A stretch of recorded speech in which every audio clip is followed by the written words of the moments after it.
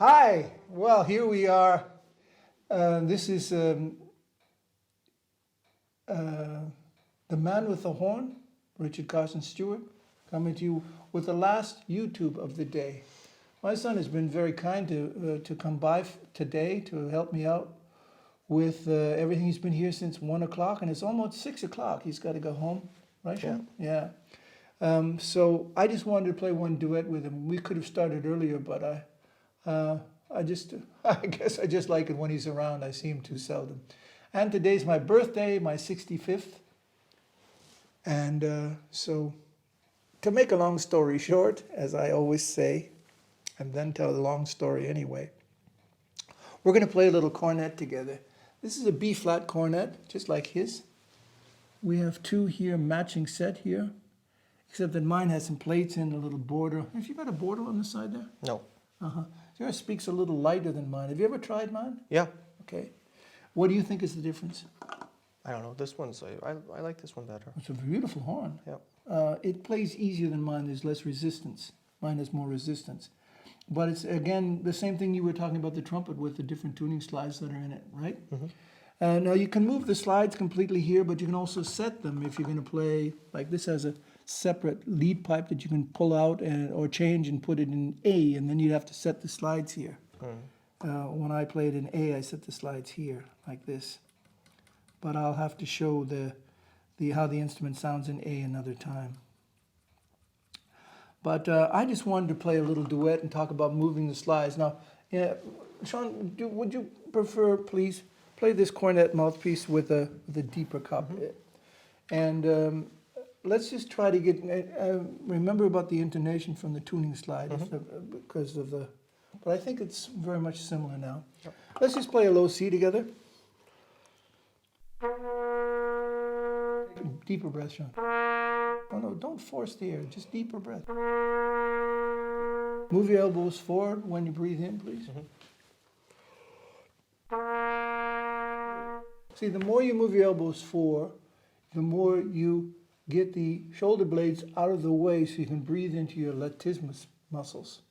And all you have to do is just relax and take in more air and then release the air. You don't force air out of the trumpet, you release it with a controlled pressure from the stomach muscles. But you have to have air in your lungs in the first place to do it, okay?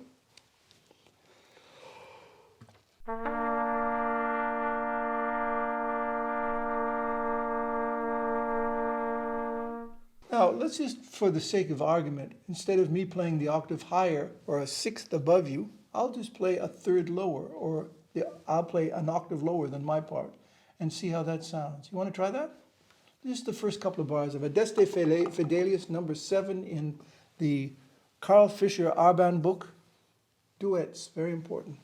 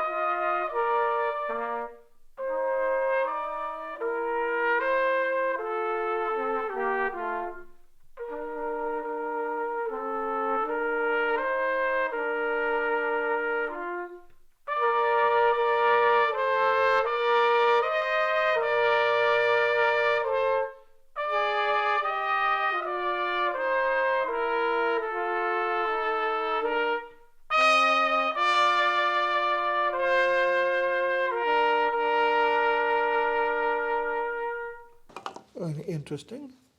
So moving the slides allows one to intonate and modulate through each harmony. Because as you know, a D as the third in a B minor chord has another frequency than a D as the fifth in G major. Now, I think it's important to understand that any kind of music that one plays has to be played with a sense of musical expression, but also a sense of a quality of procedure or a quality of the discipline or the technique of the instrument. And the most important thing here is to play in tune with something as easy as that. That's why these things are much, much more important than a lot of teachers know. They need to practice with their students. They need to play duets with their students. And when I was teaching at the university, Fachmethodik means to teach people how to teach, the study of teaching. It was very important that they'd all write a series of 6 months of teaching plan for a beginner student. And in each of these lessons that they would give over 6 months, there had to be at least, in each half-hour lesson, at least 10 minutes of playing duets with the... Did I tell you that ever? No, you don't. Okay, this is very important. And I would like to, I think I'm going to write a method book about the most important teaching aspect, and that is beginning teaching. Teaching beginners, this is the most important thing of all. Would you like to play America? You play the first part. Mm-hmm. Big breath. 1, 2.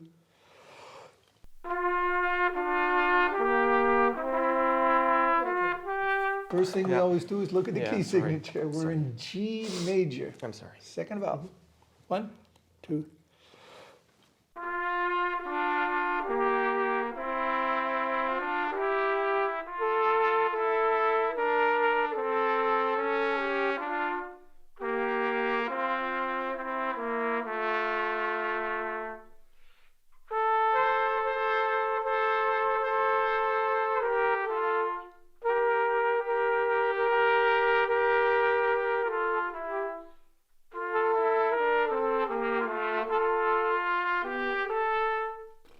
Okay, so I have to practice more.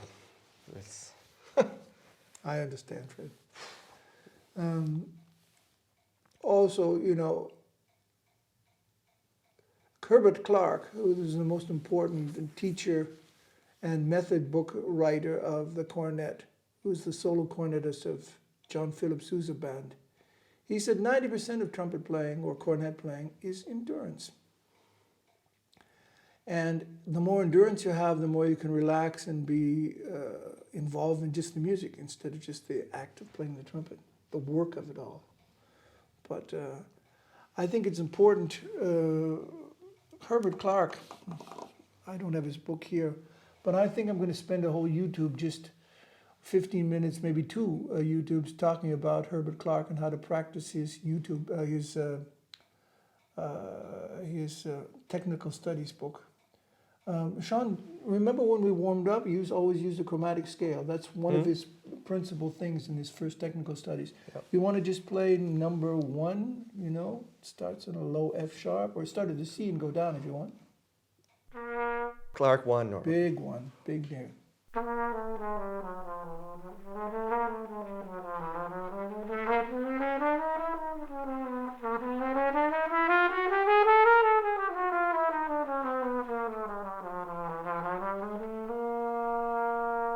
Okay, that's actually not from his technical studies. That's from his setting up drills.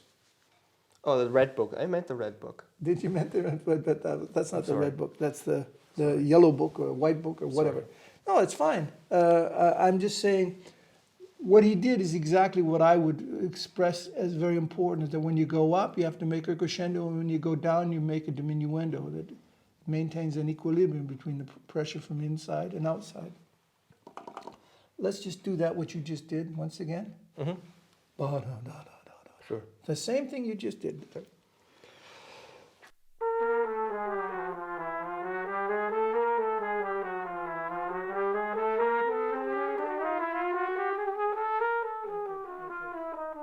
I'm sorry. Sorry. You That have- was the same thing. Yeah, that's the same thing, but you didn't do. You have to repeat that first part 3 I'm times. sorry. Okay. Okay. Good.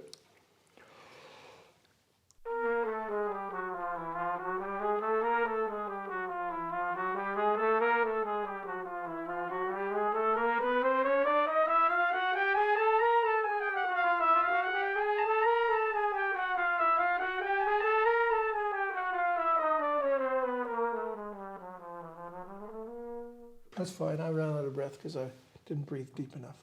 But you can even, when you practice with somebody else or somebody that knows the same methods, warm up in the same room without disturbing each other. Because you just play in octaves when somebody's maybe a little more advanced and can play an octave higher and whatever. There's lots of ways to use etudes to be able to warm up, but warming up and practicing are also two different things. Warming up doesn't mean you practice some etude so long or play some method or some certain structure so long that you get tired. That's not good. That's not a good way to warm up. But again, I think that I'll just stop this YouTube now because I think I'm getting quite tired, and I think you are. So you got to drive home, huh? Yeah. Okay, son. Well, thank you very much for coming by today. I really appreciated your help, and I hope that that you're going to take your cornet with you, please. And I hope you find just 10 minutes a day. Sometimes enough. I need some more time. Yeah. Yeah, you have to It's hard take to time. find time. You have to just take time. You have to make time and take time. Remember we used to go to the woods and practice outside? I always keep it in the car. Sometimes I play on the wood somewhere. In the woods? Someplace? Yeah, the airport. Where the air is better? Yeah. Yeah. Remember we used to go to the woods here up and just sit on a bank and play duets and stuff like that? I remember. Yeah. I remember every piece that when you were a little boy, you used to sing songs. You used to, whether it was Haydn or Hummel or whether it was Beethoven or whether it was some piece. And I can remember it always ended with Jingle Bells. And do you remember? Yeah, I remember. That's why I thought you would enjoy Andeste Fidelis because it's Wow. Christmassy kind of a piece. I think Christmas is, the nicest time for people. And, Sean's my son. He's 26. He's a man now. But, I remember most of the time when he was a child and we had the most fun doing all kinds of fun things. We did a lot of trips. Disneyland, remember? We did great stuff. Yeah. Yeah, and bed and breakfast in Ireland and stuff like that, remember? Yeah, I remember. Yeah.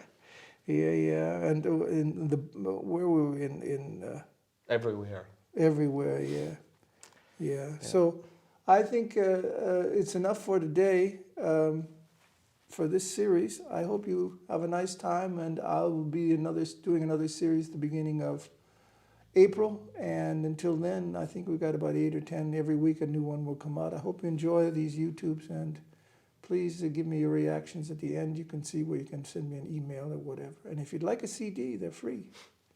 Just let me know. Thanks for watching. Bye now.